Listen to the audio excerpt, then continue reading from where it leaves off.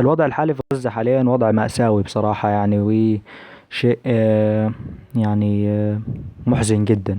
بداية من المساعدات اللي ما بتدخلش، بالمجاعات اللي بتحصل، بالناس اللي بتموت من الجوع حرفيا. يعني انت لك ان تتخيل في ناس بتموت من الجوع، في ناس بتاكل علف الحيوانات في غزة، في ناس مش عارف، مش لاقي الاكل الحرف، مش لاقي اي حاجة تاكلها.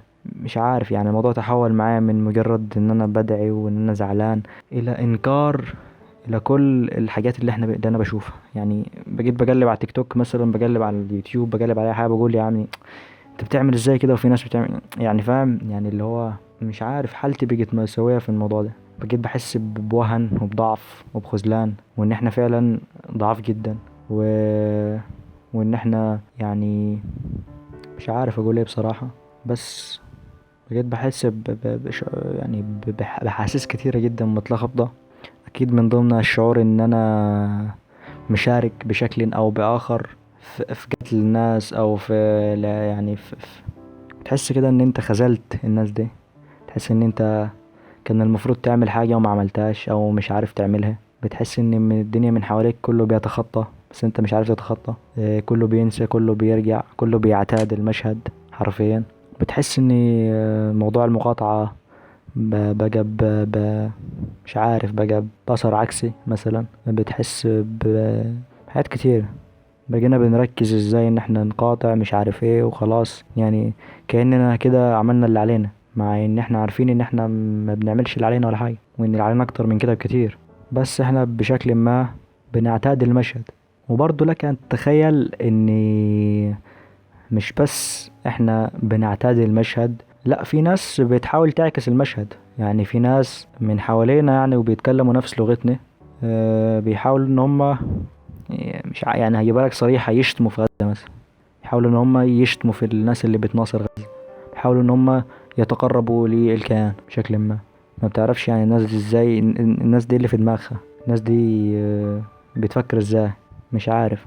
يمكن اصح مصطلح ممكن ان احنا نطلقه على على الفئة دي هم الذئاب من حولنا، او الكلاب من حولنا. يعني هم لا يرقوا ان هم يبقوا، والله لا يرقوا ان هم يبقوا كلاب اصلا. يعني الكلب على الاقل عنده صفة الوفاء.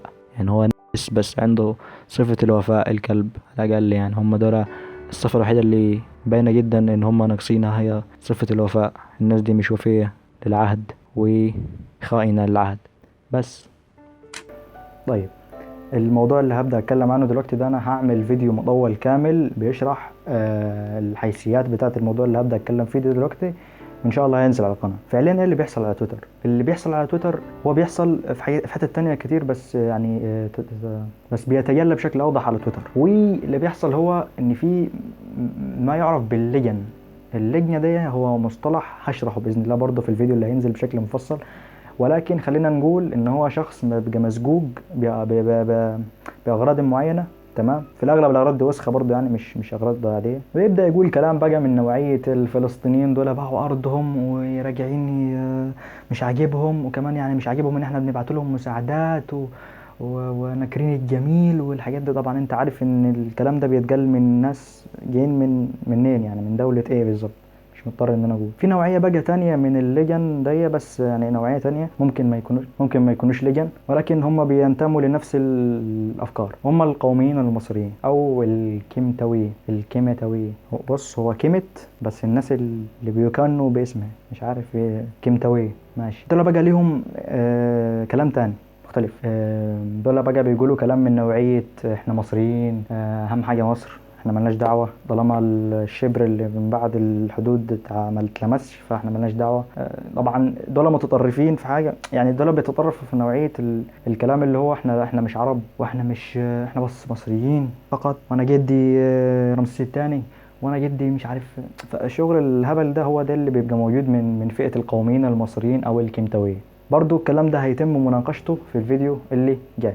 ده مش محور كلام. بنسيب فكرة ان احنا مصريين اللي بتتنافى طبعا مع فكرة ان احنا عرب. فزي ما اتكلمنا على فكرة ان احنا إن الغلط اللي واقع على الفئة التانية، هنتكلم برضو على فئة الناس اللي بص فاهم بتنعر بالقومية العربية. وفعليا هو ايه فايدة ان احنا عرب؟ يعني احنا وقت ما بنبقى فرحانين وبنحتفل والكلام ده، عرب واخوات ومش عارف ايه والكلام ده، يلا نوحد الوطن العربي، والكلام ده بيطلع من فئة معينة بس، يعني بس يعني اغلب الناس ما فيش الكلام ده. وقت بقى الجد بتلاقي اللي من هنا من هنا بس، واللي من هنا لا.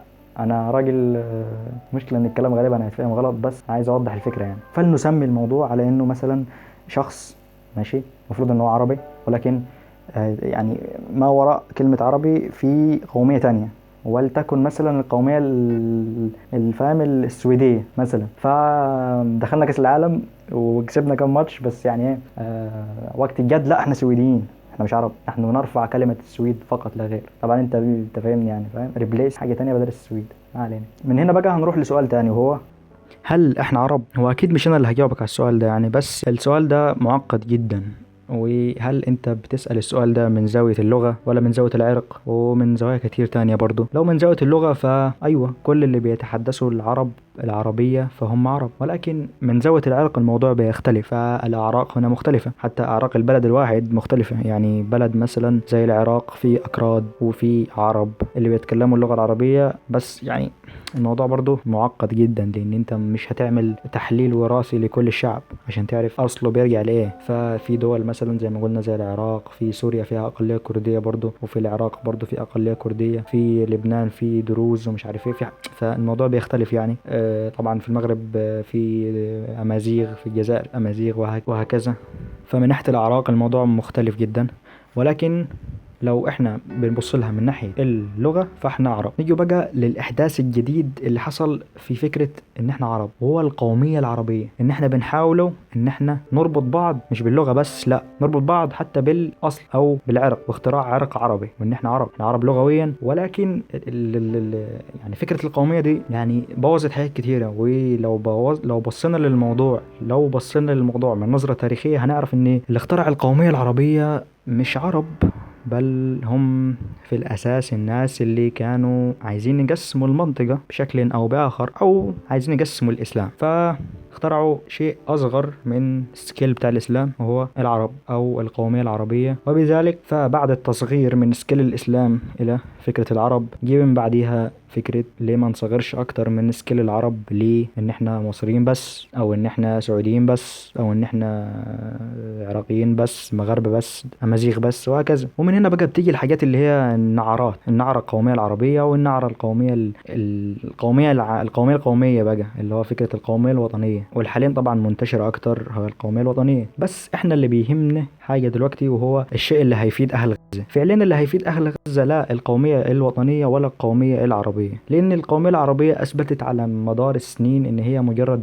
هتافات وشعارات ملاش لازمة. والقومية الوطنية برضو هي بتعلنها صراحة كده إن هي ما بيخصهاش موضوع غزة ده أصلا، وإن هو بيخص الفلسطينيين بس.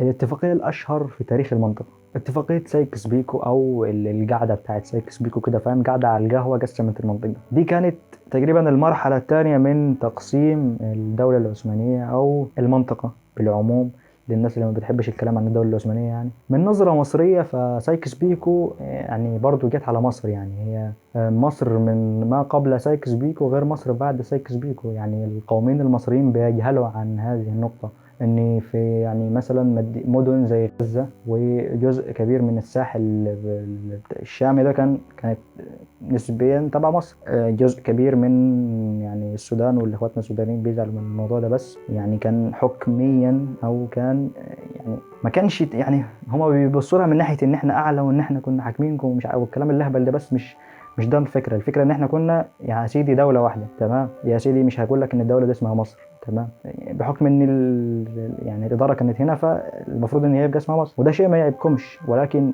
يا سيدي الدوله كان اسمها مصر والسودان. فما بعد سايكس بيكو ما بقتش مصر والسودان، بقت مصر بس. من وجهه نظر المصريه لسايكس بيكو فبرضه سايكس بيكو كانت مذله جدا. نرجع لنقطه بقى ان بعض المدن كانت تحت الاداره المصريه. وفعليا انت لو فكرت في حته ان مثلا مدينه زي رفح المصريه هي مصريه، اذا ليه رفح الجزء الفلسطيني منها لا مش مصري، هو فلسطيني؟ يعني فكره غريبه شويه على الدماغ، على الرغم من ان الناس اللي هنا هم الناس اللي هنا، فاهم؟ فيعني مش فاهم العقليه فين او اللوجيك او المنطق في الموضوع ده. هي ليه المساعدات ما بتخشش؟ طيب أول سؤال، هو المساعدات بتيجي منين أصلا؟ بص يا معلم، مسار المساعدات بسيط جدا. المساعدات دي بتبقى مساعدات خيرية، بتيجي من شعوب أو بتيجي من منظمات دولية زي الهلال الأحمر، الصليب الأحمر، ومنظمات UN عامة، الأمم المتحدة.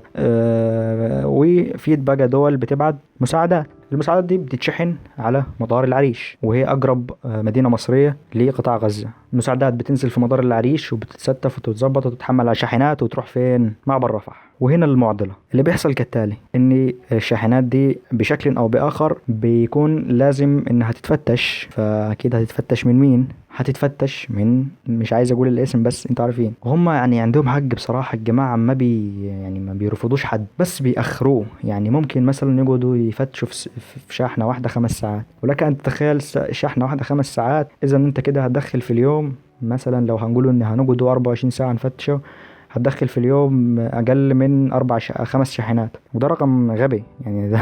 ده رقم متخلف عقليا. والقلة المساعدات اللي ما بتخشش بقى، فبيحصل يعني حاجات سيئة. يعني في مجاعات، في ناس بتموت من الجوع حرفيا. يعني انت طول عمرك بتسمع عن الموت من الجوع، في ناس بتموت من الجوع. وابحث على الكيبورد، تكات على الكيبورد، هتشوف الكلام ده. في نهاية الموضوع أنا مش عايز أقول غير إن ربنا ينصر الناس دي.